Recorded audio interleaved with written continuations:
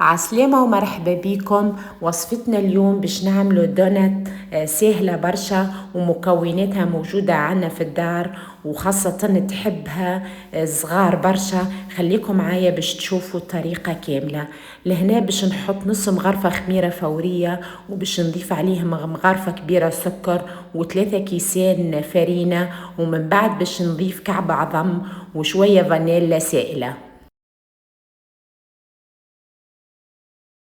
بعد ما حطيت المكونات الكل باش نضيف رشة ملح، ومن بعد باش نعجنهم بحليب يكون دافي مش بارد، ونعجنها بالكدا. واخر شي نحط مغرفة زبدة تكون بدرجة حرارة الغرفة، وبعد نخليها ترتاح لمدة ساعة كاملة.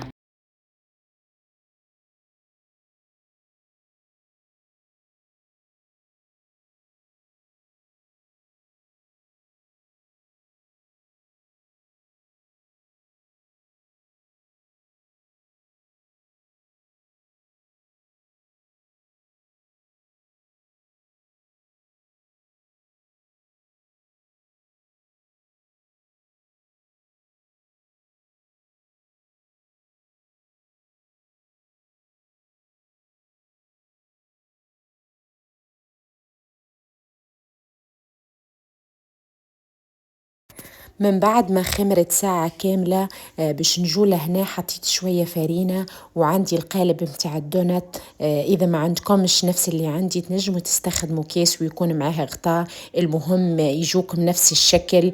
خليكم معايا باش تشوفوا كيفاش بالضبط.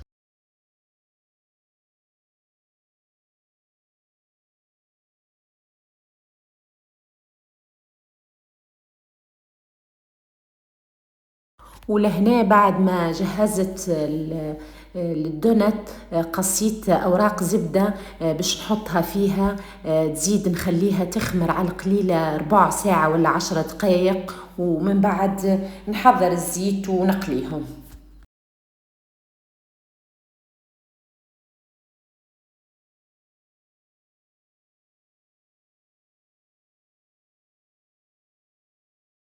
توا بعد ما حضرت الزيت بعد ما سخن باش نحطوا الكعبات متاعينا ونخليهم يتقلاو على جهة واحدة، ومن بعد نحركوهم لين ما يطيبوا، ونكملوا بنفس الطريقة.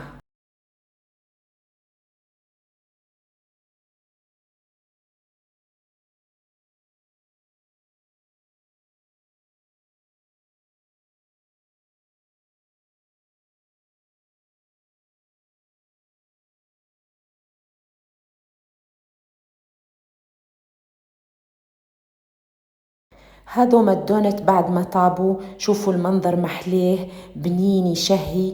باش نجول مرحلة التزيين.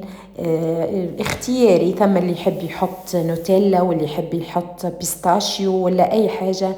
باش نزينهم بالنوتيلا وبيستاشيو وفول سوداني. تنجموا تزينوا كيف ما تحبوا. وهذه كانت النتيجة. شوفوا محلاها وبنينة برشا، جربوها وما تنسوش تشتركوا في القناة وتفعلوا الجرس باش توصلكم وصفاتنا المزيانة. وشكرا.